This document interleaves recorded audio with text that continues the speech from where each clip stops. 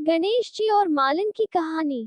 प्यारे दोस्तों, आज मैं आपको भगवान गणेश की एक रोचक कहानी सुनाने जा रही हूँ। एक बार एक नगर में एक मालन रहती थी। उसके पति चल बसे थे। उसका एक 4 साल का पुत्र था। उसकी सास कठोर हृदय की स्त्री थी। वह बहू को बहुत तकलीफ देती थी। एक दिन सास ने बहू और पोते को घर से निकाल दिया।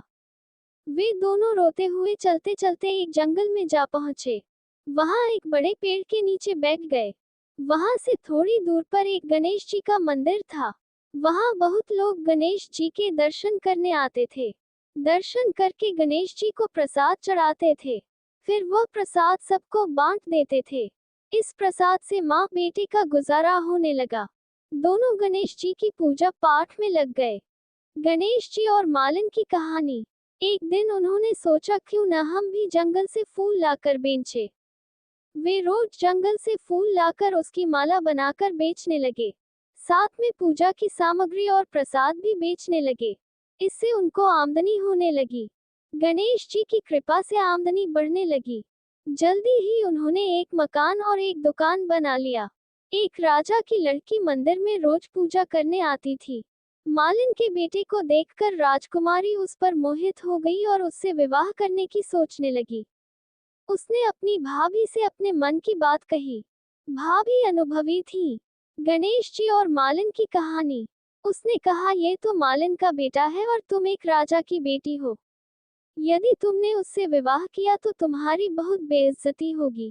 पर राजकुमारी अपनी बात पर अड़ी रही। उसने कहा, मैंने तो प्रतिज्ञा कर ली है कि उसी से विवाह करूंगी। भाभी ने घर जाकर सारी बात राजा को बता दी। राजा ने मना नहीं किया और विवाह के लिए तैयार हो गए।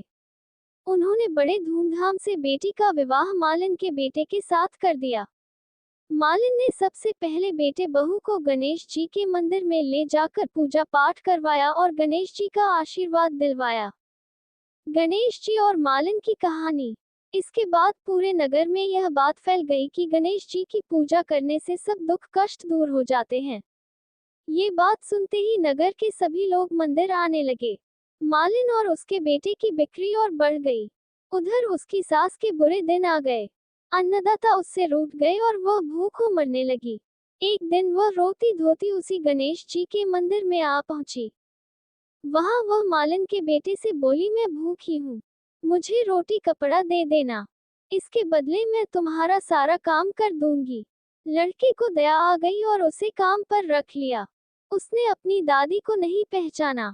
जब मालिन घर आई तो उसने सास को पहचान लिया।